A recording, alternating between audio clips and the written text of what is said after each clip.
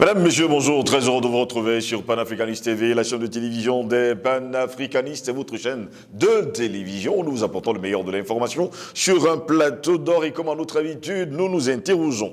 ONU, un siège permanent pour l'Afrique, le Japon, l'avocat du continent, c'est notre grande interrogation. ONU, un siège permanent pour l'Afrique, le Japon, l'avocat du continent, nous nous interrogeons seulement. Eh bien, Mesdames, Messieurs, le Japon se fait avocat de l'Afrique à l'ONU. À la clôture du sommet Japon-Afrique dimanche dernier à Tunis, le Premier ministre japonais s'est engagé à mettre fin à une injustice, nous dit-on. L'absence d'un siège permanent au Conseil de sécurité des Nations Unies pour le continent. Fumio Kishida a promis de faire pression pour une réforme de l'Organisation des Nations Unies et l'obtention de ce siège. Que pensez-vous des intentions du Japon? Faut-il réparer cette injustice historique, comme l'indique le Premier ministre japonais? En tout cas, nous interrogeons. Eh bien, Mesdames, Messieurs, revenons en tout cas sur cette histoire. À la clôture du sommet Japon-Afrique dimanche à Tunis, le Premier ministre japonais s'est engagé, oui, il s'est engagé à mettre fin à une injustice. Mais de quelle injustice parle-t-on? L'absence d'un siège permanent du Conseil de sécurité des Nations Unies pour le continent. On parle seulement d'un seul et unique siège. Pourtant, depuis ce matin, on parle bien sûr de ce 1er septembre de l'an de grâce 2022. On parle déjà de 2 sièges représentant justement le continent africain. Aujourd'hui, on va le dire, plus de 30 millions de kilomètres carrés. Fumio Kishida a promis de faire pression, oui, pour une réforme de l'Organisation des Nations Unies et l'obtention de ce siège. Mais on se pose bien la question, que vaut le Japon? Oui. Profitant de la présence de son pays au Conseil de sécurité, en qualité de membre non permanent au cours de l'exercice 2023-2024, ce sera un moment de vérité pour les Nations Unies, a déclaré le Premier ministre japonais qui s'exprimait en visioconférence depuis Tokyo en raison de la crise sanitaire. Eh bien, sur le plan économique, le pays du soleil, le vent entend investir 30 milliards de dollars sur 3 ans en Afrique. But de la manœuvre, aider le continent à atteindre une croissance de qualité. Oui, là encore, qu'est-ce qui cache justement cet investissement japonais de 30 milliards de dollars sur 3 ans sur le continent africain? Est-ce toujours pour flatter les Africains? Allez savoir. Le Japon veut aussi aider le continent face aux pénuries découlant de la guerre en Ukraine à la hauteur de 300 millions de dollars de cofinancement avec la Banque africaine de développement pour la production de nourriture et la formation de 200 000 personnes dans l'agriculture. Ce sont toujours les promesses japonaises. Dans son discours, le président tunisien Kais Saied, hôte du sommet, a appelé à, on va le dire ainsi, j'insiste, à chercher ensemble les moyens pour les Africains d'accomplir les rêves et espoirs de la première génération après l'indépendance. Le président sénégalais Macky Sall, président des îles de l'Union africaine, lui a rendu hommage au partenariat de référence avec le Japon, saluant des résultats concrets dans l'agriculture, la santé, l'éducation, l'hydraulique. Depuis leur création en 1993, eh bien, mesdames, messieurs, les sommets TICAD, co-organisés avec les Nations Unies, la Banque mondiale et l'Union africaine, ont généré 26 projets de développement dans 20 pays d'Afrique. Voilà pourquoi ce matin nous nous interrogeons. ONU, un siège permanent pour l'Afrique, le Japon, l'avocat du continent. En tout cas, c'est notre grande interrogation. Pour répondre à nos questions, nous sommes avec le président Bandakani ce matin. Président Bandakani, bonjour, bienvenue à vous. Bonjour mon cher Jocelyn Goss. Bonjour à la grande famille de Panafricaniste TV. Bonjour à ton épouse. Comme d'habitude, je suis très heureux d'être à tes côtés ce matin. Très heureux de vous avoir également, président Bandakani. Vous êtes déjà au courant du sujet qui nous intéresse. Un sujet d'ailleurs qui fait, on le dit comme ça, les choux gras de la presse africaine depuis quelques heures. ONU, un siège permanent pour l'Afrique, le Japon, l'avocat du continent. Qu'est-ce qui se cache derrière ces déclarations du Premier ministre japonais? Tous ceux qui ont un peu de culture géopolitique savent que le Japon, c'est la femme de ménage de Washington. Donc, c'est l'autre visage de Washington déguisé pour venir faire de la philanthropie géopolitique. Et la philanthropie géopolitique, c'est une insulte en ce début du XXIe siècle. Oui. Parce que quand on parle du Japon, c'est quoi? Le Japon, c'est quoi? Ceux qui ont un certain âge connaissent le rôle du Japon dans les 2 dernières guerres mondiales. Oui. Et comment ce peuple-là s'est manifesté dans une cruauté vraiment impensable. Et depuis ce moment-là, le Japon, par la philanthropie, essaie de peaufiner son image de marque, d'abord pour faire oublier ses crimes de guerre extraordinaire, et oublier, n'est-ce pas, le deal géopolitique qui la lie aux États-Unis et qui est un deal dangereux pour le monde. C'est de cela qu'il s'agit, mon cher gosse. Donc, le TICAD, là, le TICAD qui, n'est-ce pas, ressemble les programmes d'aide, n'est-ce pas, USA for Africa, on s'est un peu cité ça, qui ressemble les histoires de l'Agence française pour le développement en Afrique. Tous ces programmes d'aide-là, vraiment, je vous assure, mon cher gosse, c'est de l'insulte pour les pays africains. C'est de l'insulte. Évidemment, une certaine chiffromania vulgaire de bas niveau va vous compter les chiffres, dire qu'on a construit des écoles ici, on a fait telle technique d'irrigation ici et là, vraiment on a planté ceci, on a financé tel hôpital. Ça fait pleurer, c'est quoi? Ça veut dire quoi? On ne développe même pays avec ça.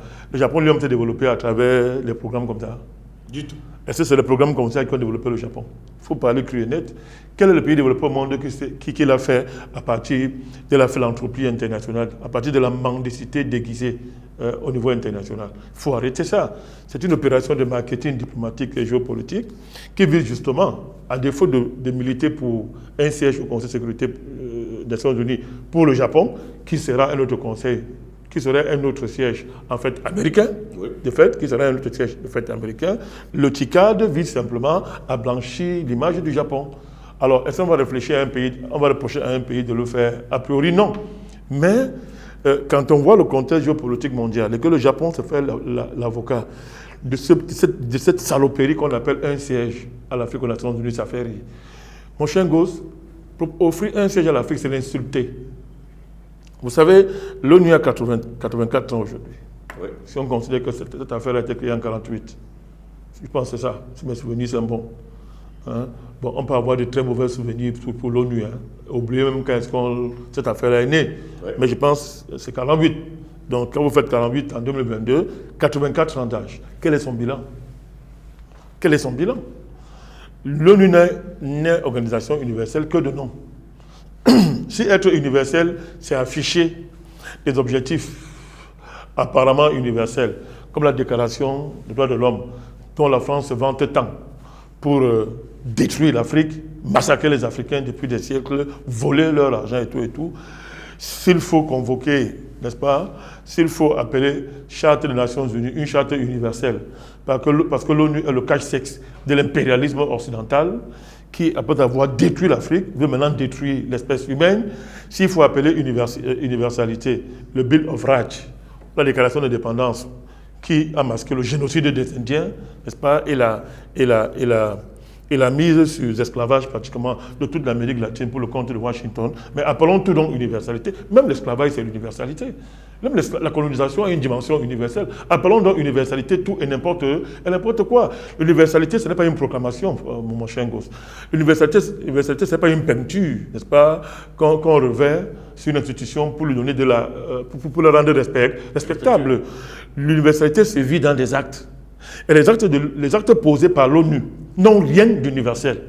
Les actes posés par l'ONU, n'est-ce pas, depuis sa création, à l'égard du continent africain, et jusqu'à ce jour-ci, relèvent du crime.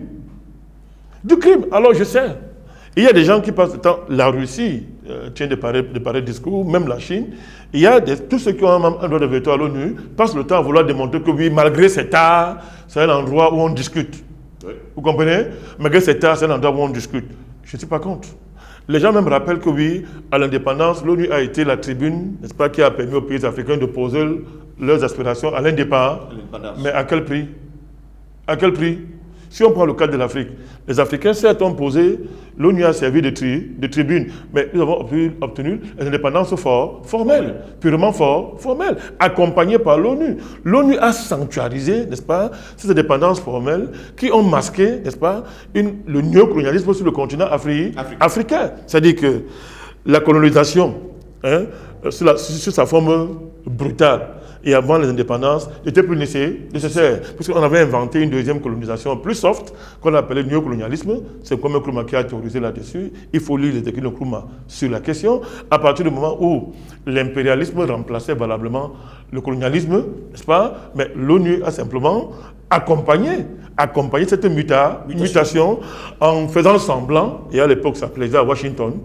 Washington se présentait comme le pays qui fait la promotion de l'autodétermination juste pour, comment dire ça, pour mettre à mal les anciennes puissances coloniales qu'elle était en train de déclasser sur le terrain de l'histoire à la faveur de la Deuxième Guerre mondiale. Donc elle a inventé une rhétorique, n'est-ce pas, qui faisait croire que Washington était pour l'indépendance des peuples. Faux, mon chien gosse. Washington militaire, n'est-ce pas, pour la fin de la colonisation, parce qu'elle a inventé l'impérialisme, à savoir désormais, on devait coloniser les peuples par la monnaie et l'économie. Donc plus besoin de présence directe. C'est ça la colonisation, la présence directe. À partir de ce moment-là, les puissances coloniales qui étaient en retard du point de vue économique, n'est-ce pas, en termes de mise à jour de leur appareil productif pour être les seigneurs de guerre du nouveau front impérialiste, comme la France, si on parle encore de la France, était très mal placée, était déclassée. C'est pour ça que la France a dû jouer, elle a manipulé les Africains et tout, pour avoir la place qu'elle a eue. Parce que d'autres pays, d'autres puissances avaient fait leur ajournement économique pour devenir des seigneurs de guerre, qui n'ont plus besoin d'être présents directement dans les colonies de demain. On devait mettre en valeur les colonies, c'est que le mot consacré à l'époque, c'est mise en valeur des colonies. Donc je reprends ça à dessein. Donc on devait mettre en valeur les colonies, simplement à partir du FMI, de la Banque mondiale, à partir de la monnaie et de la division internationale du travail. Donc à partir de ce moment-là, les Américains pouvaient faire comme les Anglais, qui étaient très en avance sur ce qu'on appelait à l'époque l'arrêt de l'esclavage. Vous savez que les Anglais, beaucoup de philanthropes anglais ont découvert que l'esclavage était mauvais. Mais ils l'ont seulement découvert lorsque l'Angleterre était en mesure de se passer de la main-d'œuvre directe physique et la remplacer par les machines. Oh, dis donc, ils sont devenus tous subitement philanthropes. Ils ont commencé à tirer sur l'esclavage. Pourtant, c'était la norme, c'était une valeur. D'ailleurs, on esclavagisait le nègre pour le civiliser et l'amener au paradis. Mais les mêmes gens qui disaient ça hier, subitement, sont devenus des philanthropes. On dit vraiment, il faut arrêter ça, l'esclavage c'est mauvais.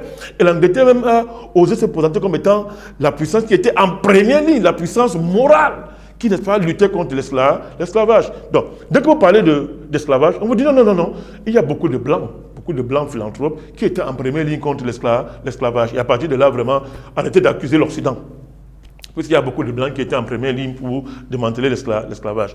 Il faut cesser d'être des enfants. C'est insulter l'Afrique de lui dire aujourd'hui au XXIe siècle que non, tais-toi et contente-toi d'un droit de veto à l'ONU. Mais sur le plan géopolitique, l'Afrique, ça n'existe pas encore. Il faut arrêter ça. L'Afrique existe à l'ONU, c'est une construction géopolitique impérialiste américaine. Quand on dit Afrique, on va penser à l'Union africaine. L'Union africaine, c'est une organisation africaine. Est-ce que l'Union africaine est une organisation africaine? La CEDEAO est une organisation africaine? Toutes les organisations sur le journal là, il y a laquelle parmi est africaine? Quand on dit Afrique, oui, l'Afrique culturellement est une réalité. Le débat à ce niveau-là est réel. L'Afrique sur le plan de la civilisation est une réalité. Mais sur le plan géopolitique, il n'y a pas d'Afrique. Il faut arrêter ça. L'Afrique qui existe géopolitiquement, c'est l'Afrique fabriquée par les Occidentaux justement pour faire des bêtises comme ça, où on envoie les Japonais, les Américains envoient les Japonais, flatter les Africains pour les détourner, n'est-ce pas, de leurs alliances globales qu'ils sont en train de tisser pour sortir justement du joug impérialisme occidental. On envoie les Japonais, on les envoie pour qu'ils viennent baratiner les Africains avec des faux projets. On va investir 30 milliards de dollars sur 3 ans. Mais qui a fait ça au Japon? Qui donne ça aux Japonais? Il n'y a pas de miséreux au Japon, il y en a plein. Alors, qui se compte par millions?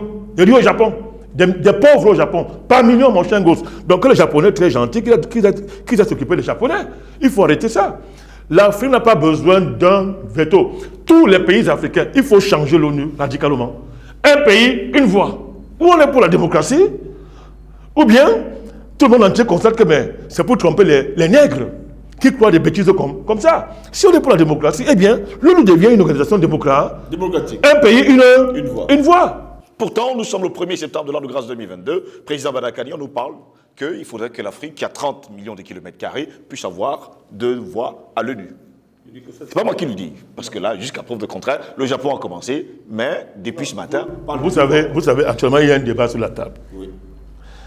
La chute de l'Occident signifie aussi la chute des instruments qu'elle a déployés, le soft power. On en a parlé. L'ONU fait partie du soft power. Oui. Toutes ces organisations internationales ont été mises en place par l'Occident et ont travaillé et roulent pour l'Occident.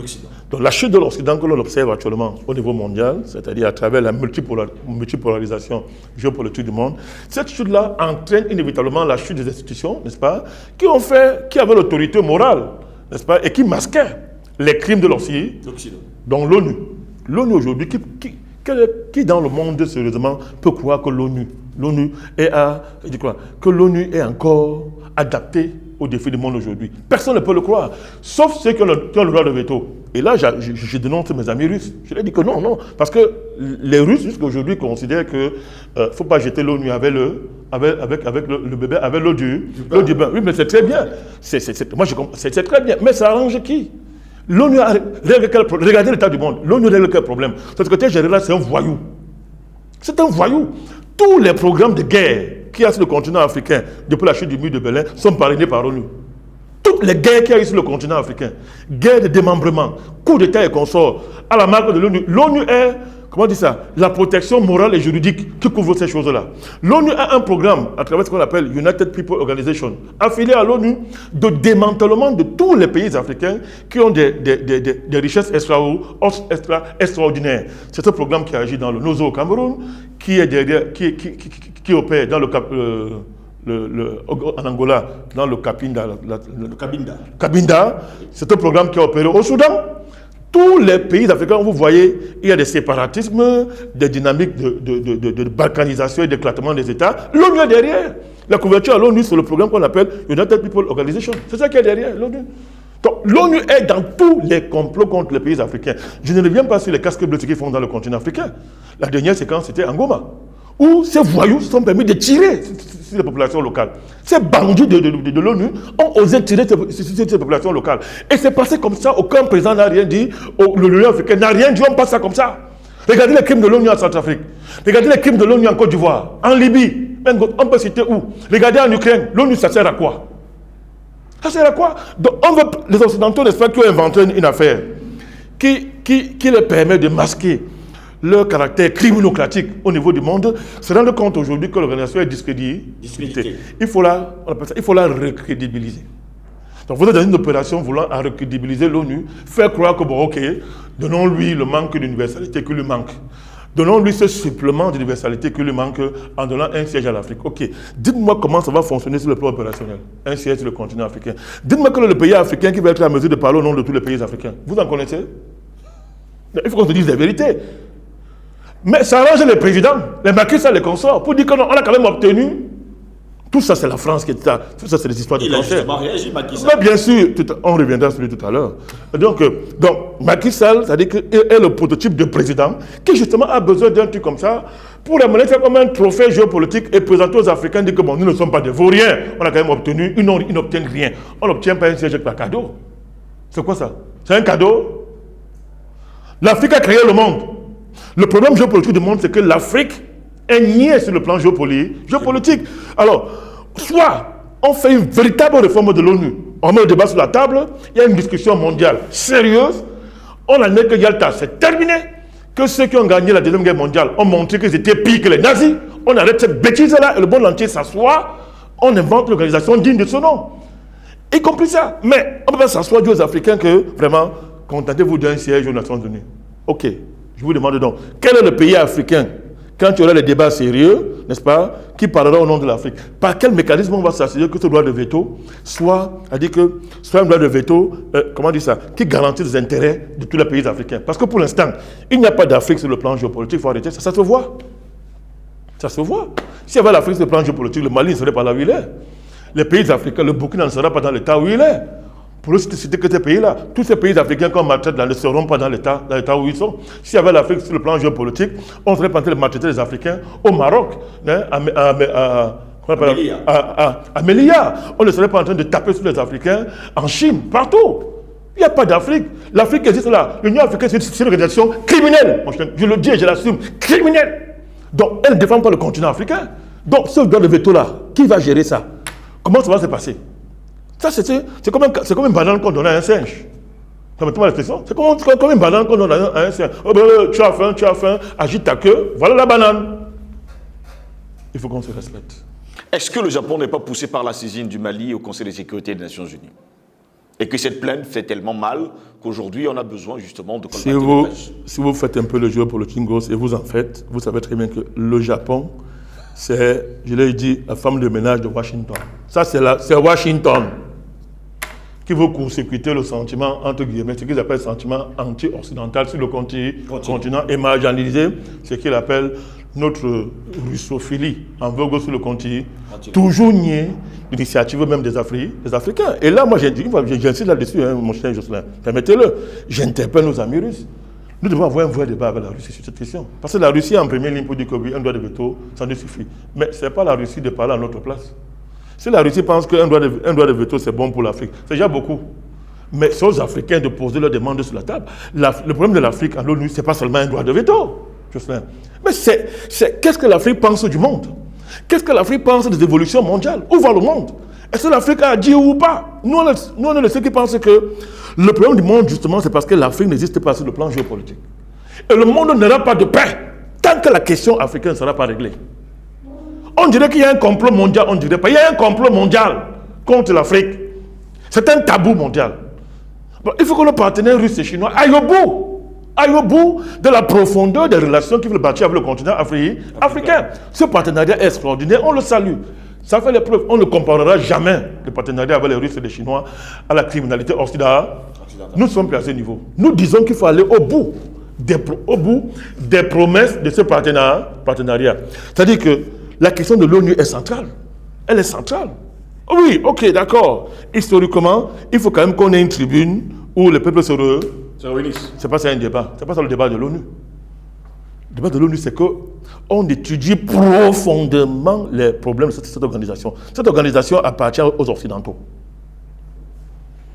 La Chine et la Russie qui ont eu un droit de veto dans le contexte que nous connaissons, même aujourd'hui dans le monde entier, en Occident, il y a toute une littérature révisionniste qui nie même que la Russie a remporté la victoire sur le nazisme.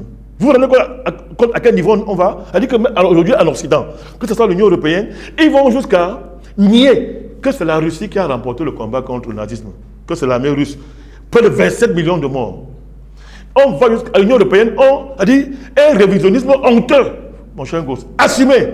Mais si déjà les gens vont jusqu'à ce niveau, hein, ça veut dire que le débat, mais il faut qu'on mette un débat profond sur la table.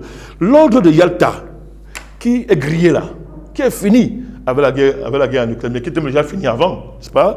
Cet ordre-là, hein, n'est plus aujourd'hui capable d'épouser les défis du monde. Et il faut, à défaut de dissoudre ce machin, il faut le réformer profondément. Et dans cette réforme-là, il y a deux enjeux, c'est même pas compliqué. Il faut qu'on revoie le statut de l'Assemblée générale. L'Assemblée générale de l'ONU est l'instance démocratique par excellence de l'ONU, contrairement au droit de veto. Quelle est la relation entre l'Assemblée générale et le Conseil de sécurité? Alors, les pragmatiques russes nous disent, nos amis russes nous disent que si, n'est-ce pas, on enlève le Conseil de sécurité, l'ONU va devenir comme la SDN, l'Association des Nations. Donc, une institution faible, on va à ne rien. À ne rien dire. Ok, bon, là, on a eu un Conseil de sécurité. Ce monde-là, ça arrange qui? Même la Russie. Ça l'arrange encore? Ça arrange qui?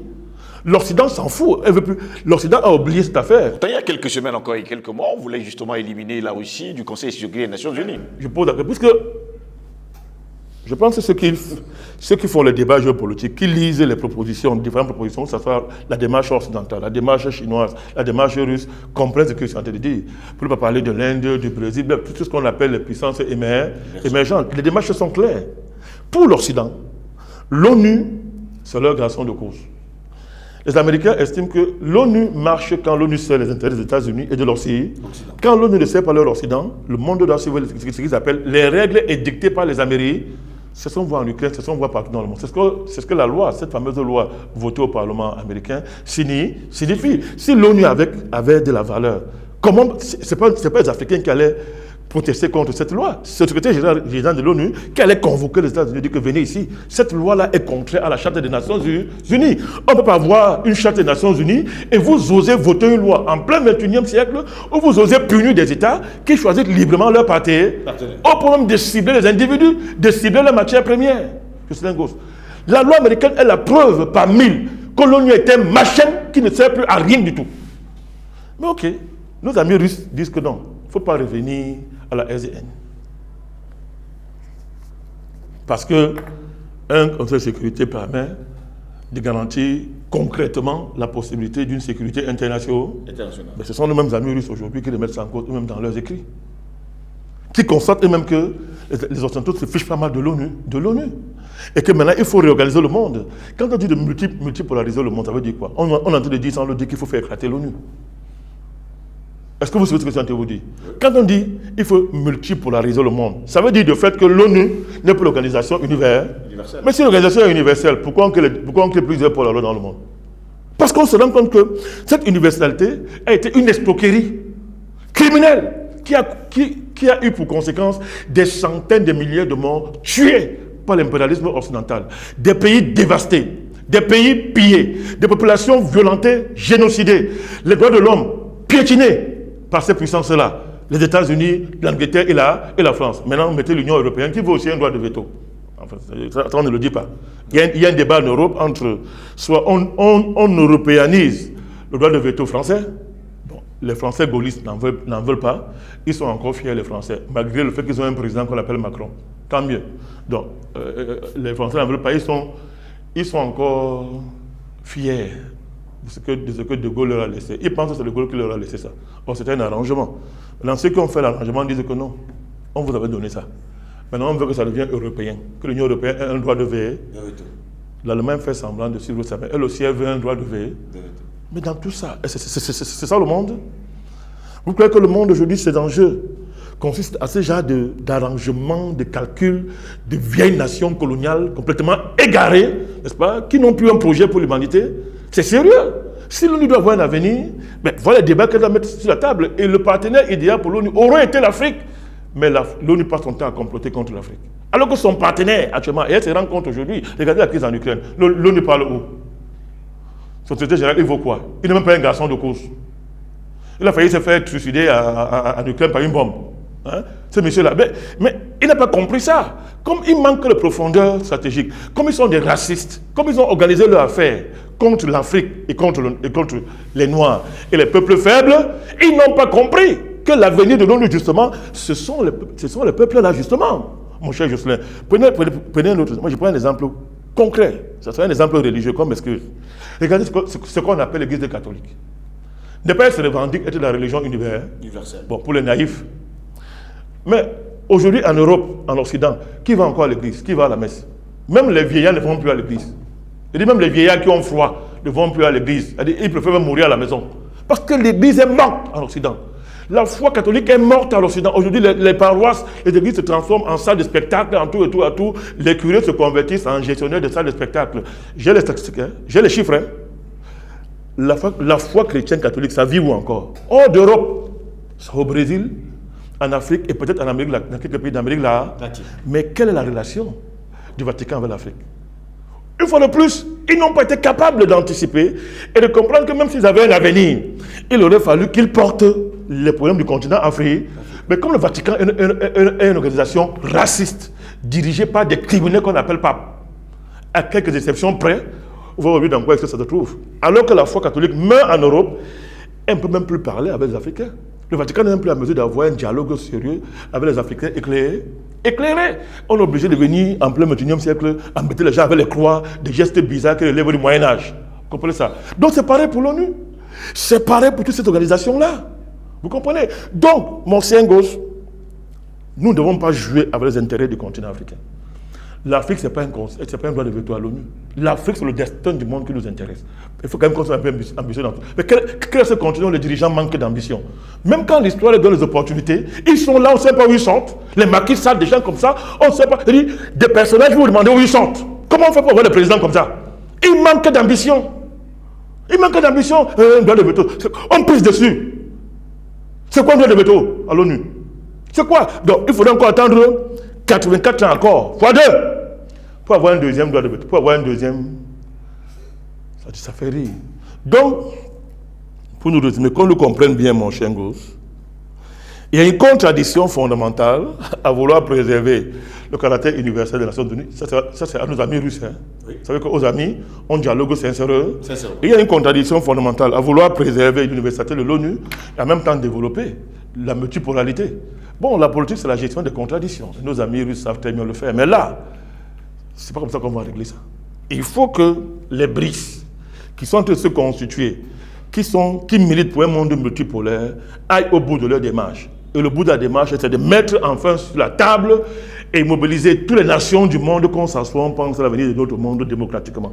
Je dis bien toutes les nations. Le royaume de Tonga aura le même droit que les États-Unis. C'est pas ça la démocratie formelle. C'est ça la démocratie. Les points de one man, one vote. One man, one vote. Nous ne sommes pas naïfs, hein. On dit bien formellement, c'est pas ce qu'ils disent. Mais pourquoi one man, one vote est valable pour les nations et à l'ONU ça change? Pourquoi? Dites-moi pourquoi. Qu'est-ce qui justifie le droit de voter aux États-Unis? C'est quoi? USA, c'est quoi? C'est quoi? L'Amérique a fait quoi d'extraordinaire dans le monde qu'on n'a pas encore fait? Dites-moi ce que l'Amérique a fait qu'on n'a pas encore fait. Elle a fait quoi? Ce que Rome n'a pas fait. Aujourd'hui, là, dites aux Américains d'aller fabriquer la pyramide. Ils ne pourront pas le faire. Écoutez-moi, en termes de prouesse technologique, demandez aux USA d'aller fabriquer la pyramide. Donc, ils n'inventent rien. Qu'est-ce que les USA ont apporté au monde qu'on n'a pas encore vu? Pour revendiquer un statut particulier qui permet de faire ces choses-là. Donc, la question de veto, en réalité, ça pose sur la table la question de l'ONU. Est-ce qu'enfin les peuples, les nations ont l'occasion de s'asseoir et se parler et inventer une structure mondiale capable de refléter non seulement la diversité des nations, mais aussi leur destinée comme c'est possible. Si l'Occident ne sait pas le faire, ce sont des barbares qui viennent voir les Africains, d'autres peuples, on va leur dire comment on fait ces choses-là. Parce que nous, on est encore humains. Et nous serons toujours humains. Merci à vous, Président Badakaï, d'avoir été de nous ce matin. C'est moi qui vous remercie. Mesdames, Messieurs, c'est ici que s'achève cette autre édition de Paroles panafricanistes. Et comme j'aime souvent le dire, pour croire le bien, témoignage me suffit. Il m'en faut 100 pour croire le mal. Bonne journée à toutes et à tous.